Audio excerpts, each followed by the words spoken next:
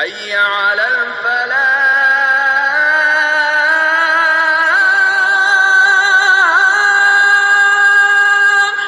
கண்ணியத்துக்குரிய அல்லாஹ்வின் நல்லடியார்களே, சோழர்களே, பெரியவர்களே, அல்லாஹ்வுடைய அளப்பெரும் கருணையினால் இந்த சிறப்புமிக்க ஜும்மாவுடைய தினத்திலே அல்லாஹ் சுப்ஹானஹு வ தஆலா நமக்கு கடமையாக்கி இருக்கிற ஜும்மா தொழுகையை நிறைவேற்றுக்காக கொடுமை இருக்கிறோம். இந்த வாய்ப்பை நமக்கெல்லாம் அளித்த அந்த அல்லாஹ்வுக்கு எல்லாம் போகும். கண்ணியத்துக்குள்ளே நான் வாழக்கூடிய இந்த சமகாலத்திலே உலகளாவிய பல்வேறு பிரச்சனைகளை பற்றி யோசித்து பார்த்தோம் என்றால், அல்லது மக்களிடத்திலே கேட்டோம் என்றால், ஒவ்வொருவரும் ஒவ்வொரு பதிலை தருவார்கள். இன்றைக்கு உலகம் முழுவதும் அரசியல் நெருக்கடிகள் இருக்கின்றன. அதன் காரணமாக மக்கள் பாதிக்கப்பட்டு கொண்டிருக்கிறார். பாசிச சக்திகள், வகுப்புவாதிகள், ஜியோனிச சக்திகள் இந்த மக்களை கொன்று குவித்து கொண்டிருக்கிறார்கள் என்றெல்லாம் சொல்லுவார். ஆம், அதெல்லாம் உண்மைதான். குறிப்பாக வணிகம் செய்பவர்களிடத்திலே பெருவணிகத்தில் பொருளாதார நெருக்கடி இருக்கிறது, வாலட்டைல் சிச்சுவேஷன் இருக்குது, டாலர் ரேட்டு திடீர்னு கூடிக்கிட்டே இருக்குது, கோல்டு ரேட்டு அதோட ஸ்கைஸ் லிமிட் மாதிரி போயிட்டே இருக்குது என்று சொல்லுவார். ஒரு நிலையற்ற தன்மை இருக்கிறது சொல்லுவார். சுற்றுப்புற சூழல்வாதிகளை நீங்கள் எடுத்து பார்த்தீங்கன்னா, இக்காலஜிஸ்ட் எடுத்திங்கன்னா இன்றைக்கி சுற்றுச்சூழல் மிக அதிகமாக பாதிக்கப்பட்டு கொண்டிருக்கிறது. அதன் காரணமாக பல்வேறு விதமான தொல்லைகளை நாம் அனுபவித்துக் கொண்டிருக்கிறோம் என்று சொல்வார். அதனால தான் காலம் தவறி மழை பொழிகிறது என்று சொல்வார். இன்னும் சொல்வார்கள், இந்த உலகத்திலே நோய்கள் பெருகிவிட்டன.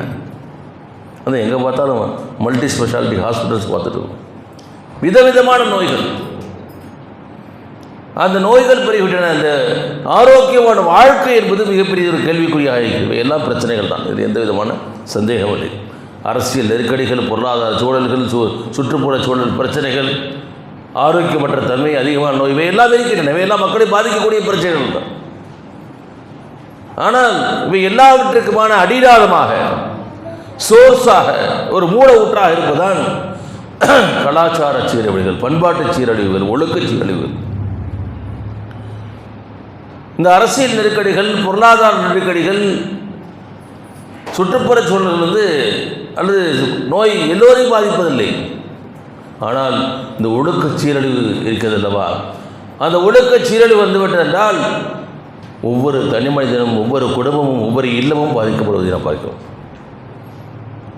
அந்த ஒழுக்க சீரழிவு அதிகமாகும் பொழுது இறைவனிடத்திலிருந்து பல்வேறு சோதனைகளும் வேதனைகளும் இந்த மண்ணின் மீது இறங்குவதை நாம் பார்க்கிறோம்.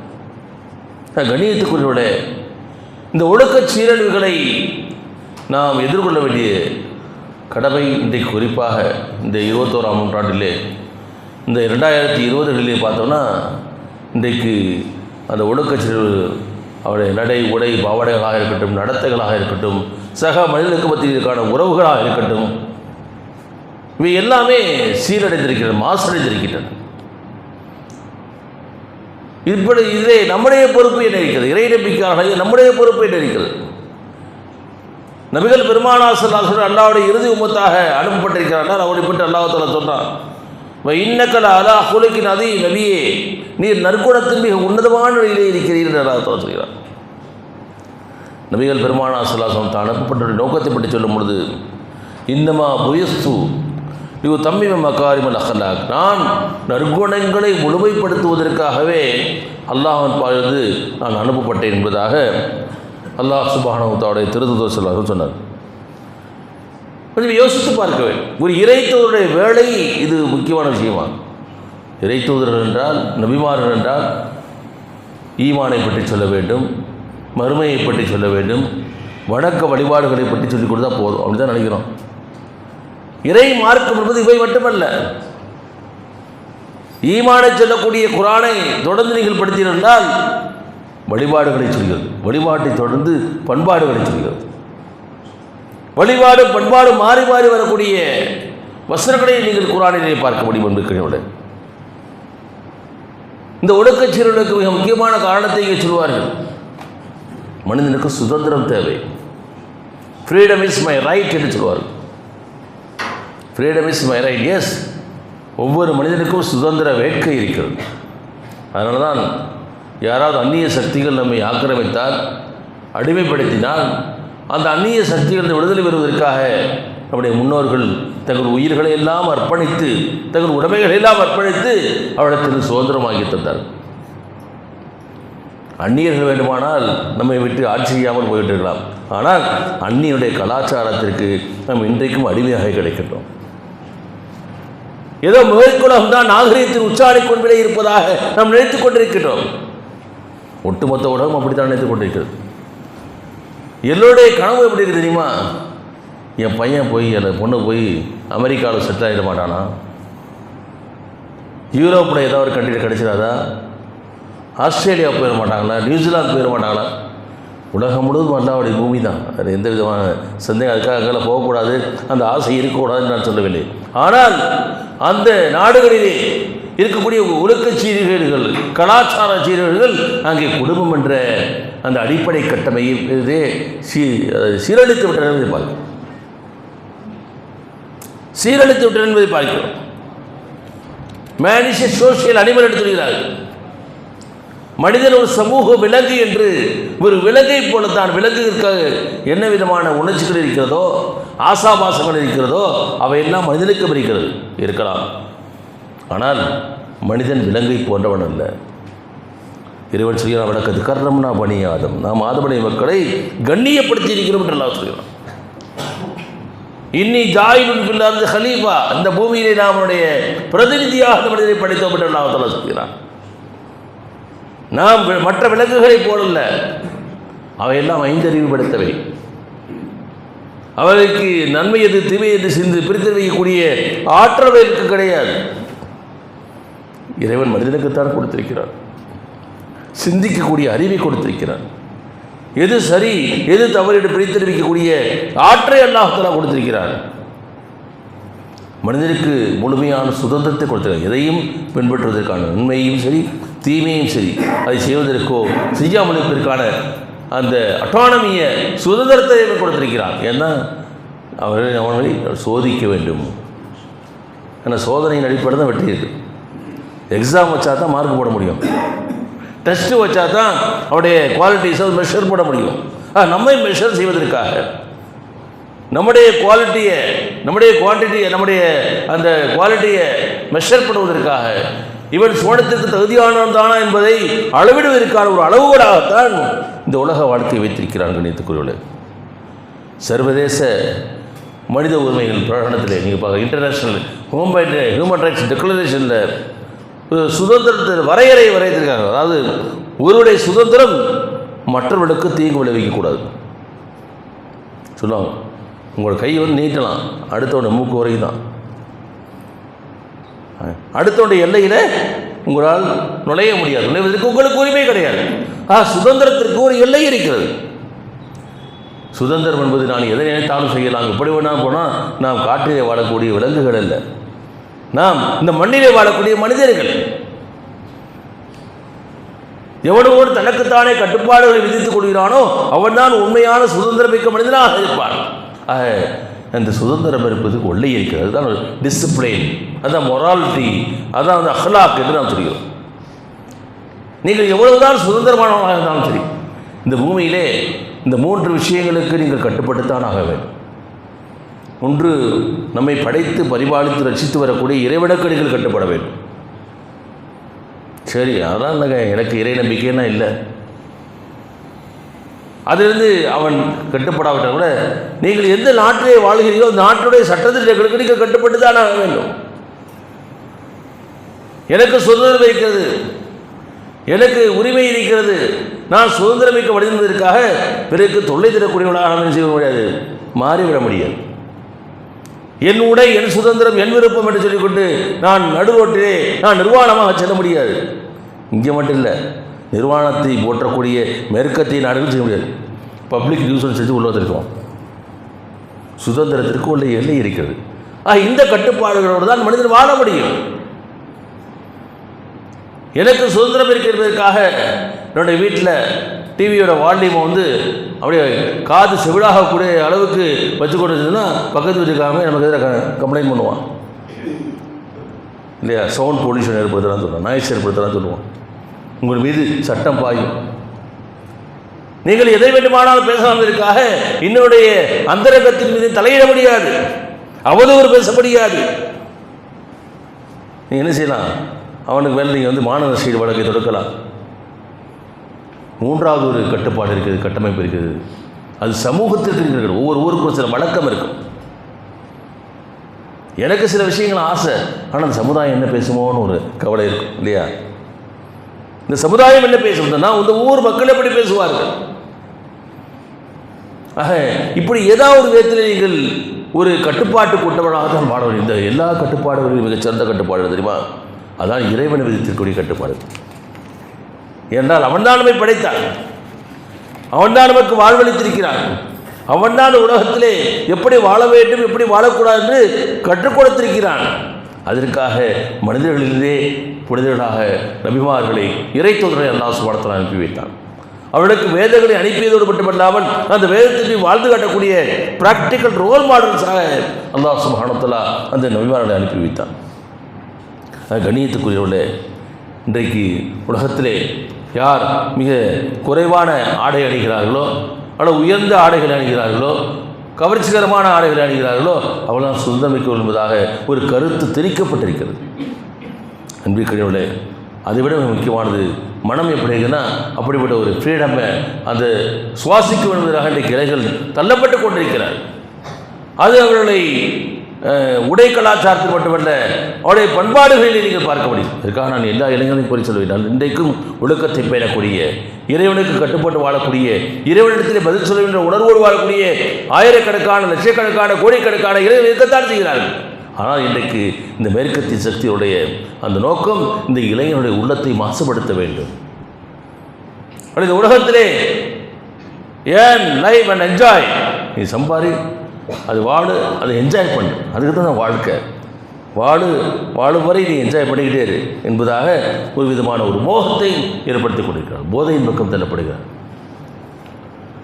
ஒரு பக்கம் போதையில்லா தமிழகத்தை உருவாக்க வேண்டும் அரசு சொல்லுது, வரவேற்கத்தக்க விஷயம். ஆனால் வீதிக்கு வீதி அரசு மதுக்கடையில் நடத்தக்கூடிய மதுக்கடையில் ஒழிக்காமல் எப்படி போதை ஒழிக்க முடியும் என்று தெரியவில்லை.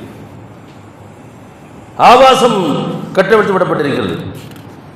சமீபத்திலேயே நீங்கள் ஒரு நியூயார்க் டைம்ஸுடைய கணக்கெடுப்படி பார்த்தீங்கன்னா ஆப்பிள் ஃபோன் ஏர்ன் பண்ணுவதை விட மிகப்பெரிய மல்டிநேஷனல் கம்பெனி ஏர்ன் பண்ணுவதை விட அதிகமான லாபத்தை போனோகிராஃபிக் சைட்ஸ் ஏர்ன் பண்ணாங்க. கிட்டத்தட்ட $98 பில்லியன் லாபத்தை ஓராண்டிலே ஒரு ஈட்டியிருக்கிறார்.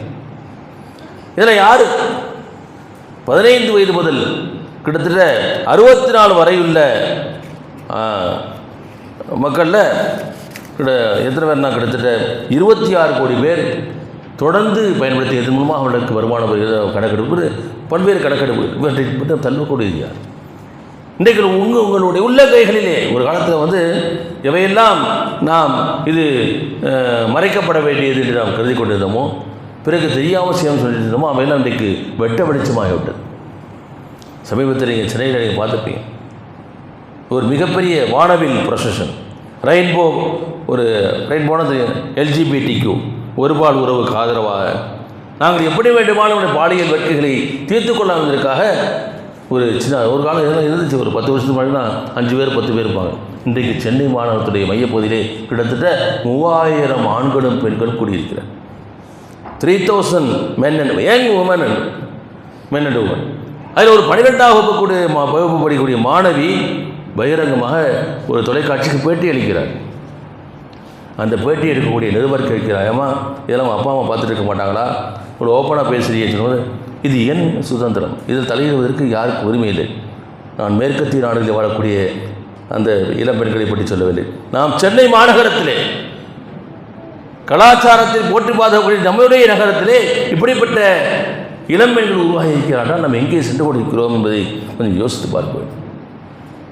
நாம் ஒரு தீமையை தடுப்பதற்கு எந்த முயற்சியும் செய்யவில்லை என்றால் அந்த தீமைக்கு நாம் பலியாகக்கூடிய அவல நிலை ஏற்படும் என்பதை நாம் இங்கே கவனத்தில் கொள்ள வேண்டும். அல்லாஹ் தஆலா சொல்கிறான், ஃபத்தகு ஃபித்னத்தல்லா துஸீபன்ன அல்லதீன ஸலமு மின்கும் காஸா வஅலமு அன்னல்லாஹ ஷதீதுல் இகாப்.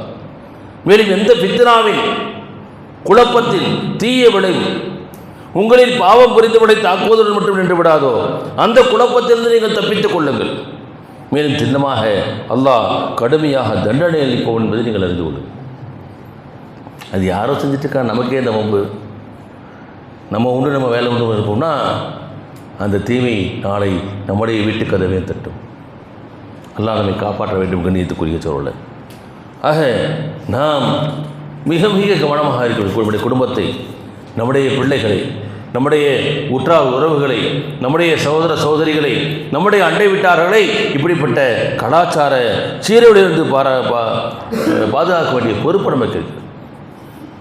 மன இச்சையின்படி செய்வதுதான் மிகப்பெரிய சுதந்திரமாக கருதி கொண்டிருக்கிறார். அல்லாஹ் தஆலா இவர்கள் மன இச்சையை கடவுளாக்கி கொண்டார்கள். அப்புறம் ஐத்த மனித்தகதை இலாகவா, தன்னுடைய மன இச்சையை கடவுளாக்கி கொண்டவரே மனித நிலையை பற்றி நீர் பெரும் சிந்தித்துள்ளார். மனப்போட போக்கிலே வாழ ஆரம்பித்து விட்டார் என்றால் அவன் இறைவனுக்கு மாறு செய்ய தலைப்பட்டு விடுகிறான். அல்லாஹ் தஆலா சொன்னான், இவன் ஷிர்க் வச்சுட்டாங்கிறான். அப்படின்னா அர்த்தம், யாரும் நம்சுக்கு கோயில் கட்டி கும்பிடுவாங்களா?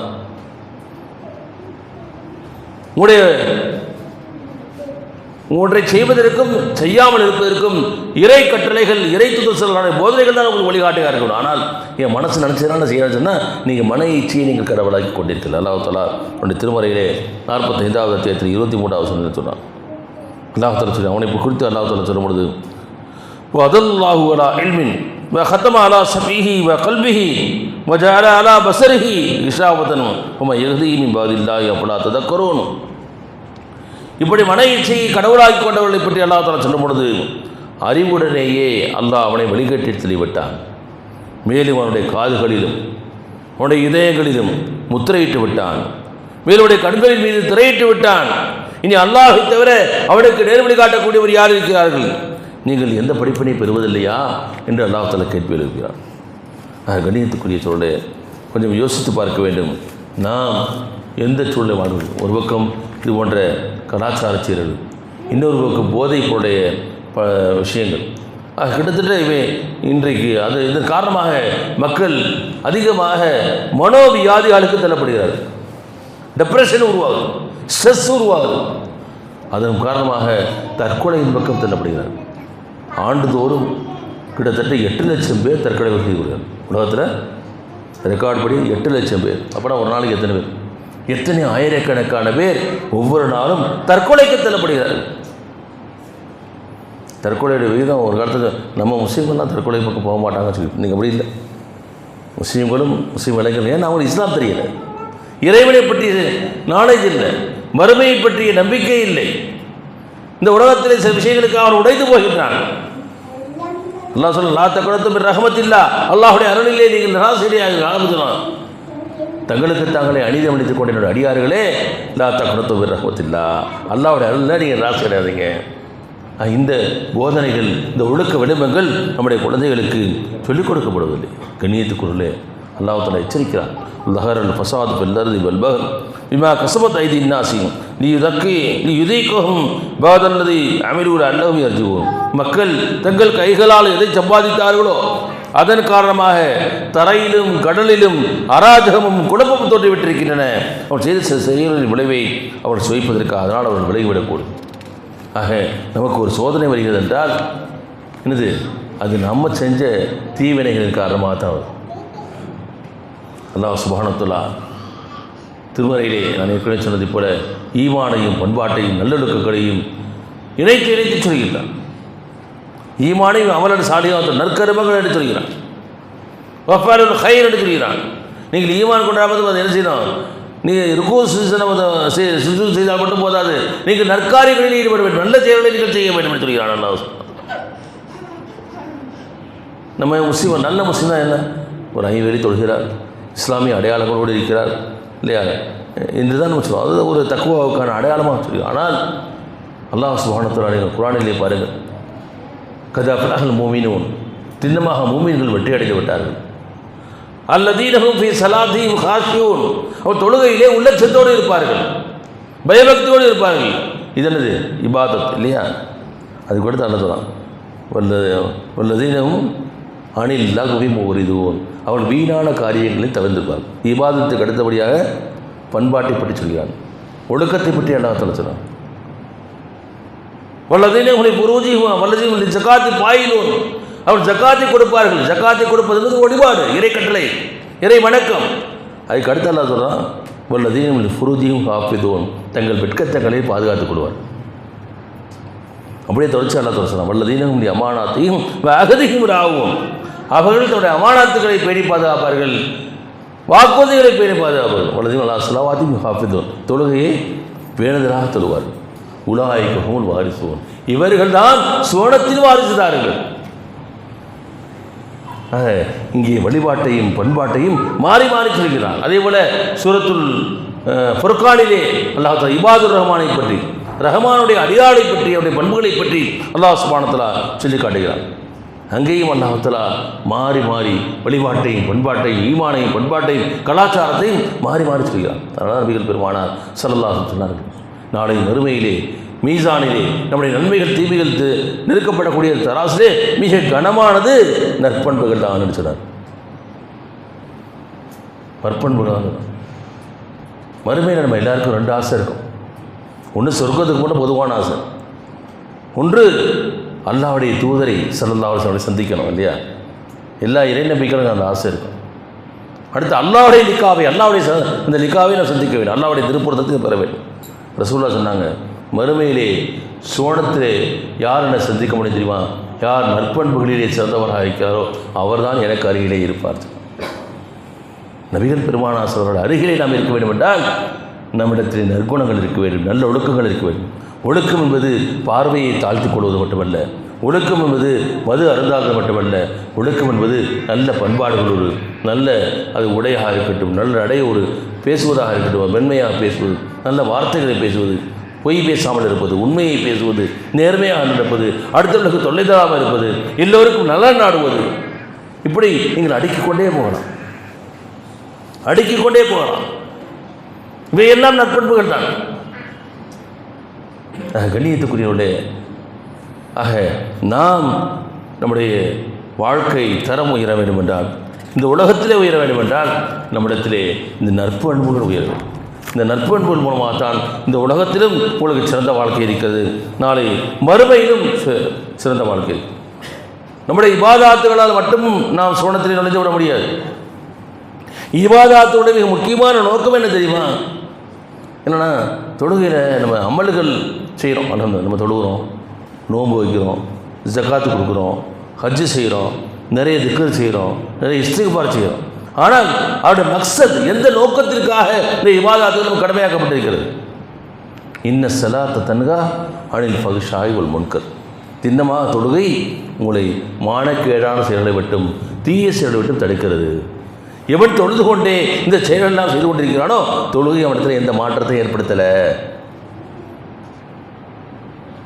அல்லாஹ் தஆலா சொல்லலாம், அதாவது கழுதைக்கு தெரியுமா கற்பூர வாசம் சொல்லுவோம், கழுதையின் மீது குரானை ஏற்றி வச்சா அதுக்கு எதாவது தெரியுமா? ஆக கண்ணியத்துக்குரியவர்களே, நாம் கொஞ்சம் யோசித்து பார்க்க வேண்டும். நாம் குரான் மீது நம்பிக்கை வைத்திருக்கிறோம், நாம் அல்லாஹ் மீது நம்பிக்கை வைத்திருக்கிறோம், அல்லாஹ்வுடைய தூதர் மீது நம்பிக்கை வைத்திருக்கிறோம் என்றால் நம்முடைய இபாதாத்துகள், நம்முடைய செயல்பாடுகளை மாற்றணும், நல்ல ஒழுக்கமிக்கவர்களாக மாற்றணும். நோன்பேதற்காக லஅல்லக்கும் தத்தக்கும், நீங்கள் தக்குவாவுடையவர்களாக மாறிடணும். அதுக்கு தான் நோன்பு. ஒவ்வொரு ஆண்டும் நோன்பு வைக்கிறோம், 30 நாள் நோன்பு வைக்கிறோம் இல்லையா? 29 30 நாள், இன்னும் சில வாரம் கூட செய்வாங்க, மாதத்துக்கு ஒரு நாள் கூட நோன்பு வைப்பாங்க. நோன்புடைய முக்கியமான நோக்கம் பசித்திருப்பது மட்டுமல்ல, தாகித்திருப்பது மட்டுமல்ல, இச்சைகளை அடக்கியிருப்பது மட்டுமல்ல, நீங்கள் ஒரு முத்தக்கியாக மாறிவிட வேண்டும். முத்தக்கியில் என்ன? அல்லாஹ் என்ன பார்த்துக்கிட்டே இருக்கிறான், அல்லாஹ்வுடைய பார்வை எதுவும் தப்ப முடியாது. 24/7 நான் அல்லாஹ்வுடைய கண்காணிப்பில் இருந்து கொண்டே இருக்கிறேன் என்ற உணர்வு வரும்பொழுது அவன் என்ன செய்வான்?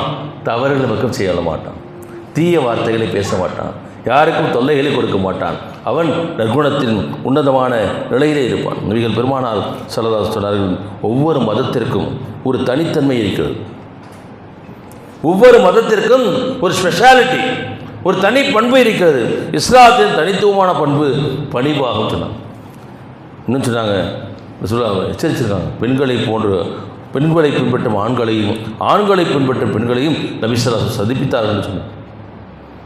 கண்ணியத்துக்குரியவர்களே, நம்முடைய வாழ்க்கை எப்படி இருக்கிறது யோசித்து பார்க்க வேண்டும். நம்முடைய நடை உடை பாவனைகள் நான் யாருப்பா, நான் வந்து என்னுடைய மொபைல் அது எனக்கு சோனத்திற்கான துருப்புச்சீட்டா அல்லது நரகத்திற்கான துருப்புச்சீட்டா என்பதை நான் பார்க்கணும். நம்முடைய குழந்தைகள் அதை எப்படி பயன்படுத்திக்கிறதையும் பார்க்கணும். நிறைய இளம் வாலிபர்கள், இளம் பெண்கள் வழிதற்கான மிகப்பெரிய ஒரு டூலாக என்னன்னா இந்த மொபைல் ஃபோன் தான் இருக்குது. மொபைல் எல்லா வீட்லேயும் ஸ்டடீஸுக்கு இந்த after Covid, before Covid, after Covid வச்சுக்கலாம்.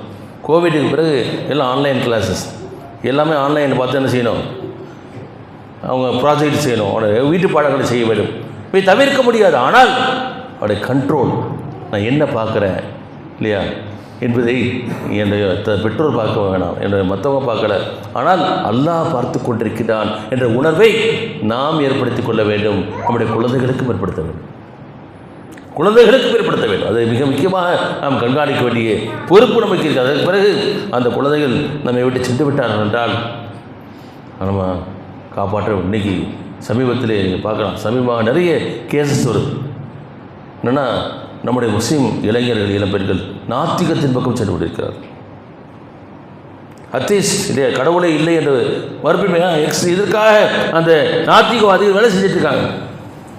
இஸ்லாம் உன்னை ஒரு சிறைச்சாலையை போட்டு வைத்திருக்கிறது, வா அனுபவி, இந்த உலகத்தை அனுபவி. சமீபத்தில் சில பல கேசஸ் தான் சில மாதங்களாக நான் பார்த்தேன்.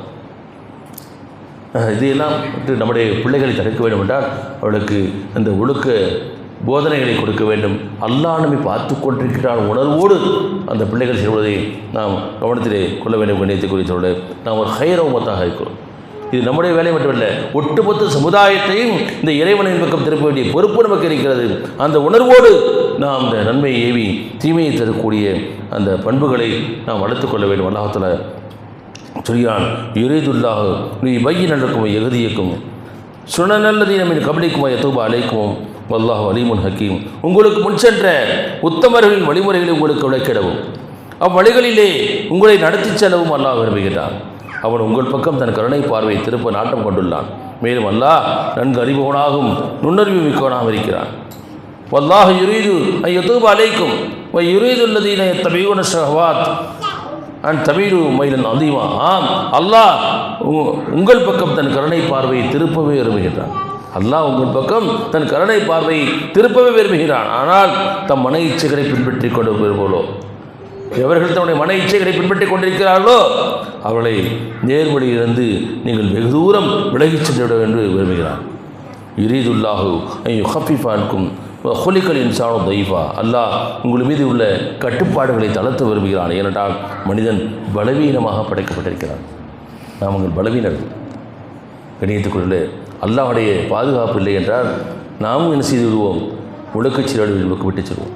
அந்த ஒழுக்கச் சீரழிவு நம்மை நரகத்தின் பக்கம் விட்டு செல்லும். அல்லாஹ் நம்மை காப்பாற்ற வேண்டும். அதுதான் நபிகள் பெருமானார் சொன்னார்கள், எவனுக்கு ஹயா இல்லையோ அவன் எதை வேண்டுமானாலும் செய்து கொண்டு வரும். ஹயான்னா வெட்க உணர்வு, நாண உணர்வு. சஹாபாக்கள் கேட்டாங்க, யாரை சொன்னால் நாங்கள் யாருக்கு அதிகமாக வெட்கப்பட வேண்டும் சொன்னோம். நம்ம யாருக்கு வெட்கப்படுவோம்? நம்ம ஏதாவது மற்றவங்க யாராவது பார்த்துருவாங்களோ அப்படின்னு வெட்கப்படுவோம் இல்லையா? நம்ம மொபைலில் ஒன்று பார்த்துட்டு இருப்போம், அடுத்தவங்க வரும்போது ஸ்க்ரீனை மாற்றினோம்னா நம்மளோட ஏதோ பிரச்சனை இருக்குன்னு அர்த்தம். அப்படி தானே? ஆனால் அந்த ஸ்க்ரீனை மாற்றாம இருந்தோம்னா நம்ம ஒழுங்காக பார்த்துருக்கோன்னு அர்த்தம். அப்போ ரசூலுல்லாஹ் சொன்னாங்க, நீங்கள் வெட்கப்படுவதற்கு அதிகமான தகுதி உடையவன் அல்லாஹ் தான். ஏன்னா அல்லாஹுடைய பார்வையிலிருந்து யாரும் செய்ய முடியாது, நாம் தப்பிவிட முடியாது. கண்ணியத்துக்குள்ள இந்த உணர்வை இன்னல்லாஹ கான அலைக்கும் ரகீபா, தினமாக அல்லாஹுவை கண்காணித்துக் கொண்டிருக்கிறான உணர்வு நம்முடைய உள்ளத்திலே ஆழமாக பதிந்து விட வேண்டும். அந்த உணர்வை ஏற்படுத்துவதுதான் இந்த இபாதாத்துடைய நோக்கம். இந்த இஸ்லாத்துடைய தனித்தன்மையே இந்த நற்பண்பு தான். அந்த நற்பண்புள்ள மக்களாக அந்த நற்பண்பை முழுமைப்படுத்துவதற்காகத்தான் நபிகள் பெருமானார் ஸல்லல்லாஹு அலைஹி வஸல்லம் அனுப்பப்பட்டிருக்கிறார்கள். ஆக நாம் அப்படிப்பட்ட நற்பண்பு மிக்கவனாக, நல்லொழுக்க மிக்கவனாக மாற வேண்டும். நம்முடைய குழந்தைகளும் அப்படி வார்த்தெடுக்க வேண்டும். இந்த சமுதாயத்தின் மீதும் அந்த ஒழுக்கமுள்ள சிந்தனைகளை பரவுவதற்கு நாம் முயற்சி செய்ய வேண்டும்.